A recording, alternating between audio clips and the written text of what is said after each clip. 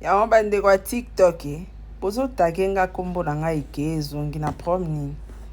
Nga za focus na femme entrepreneuse na youtubeuse naza présidente ya fondation Saratola.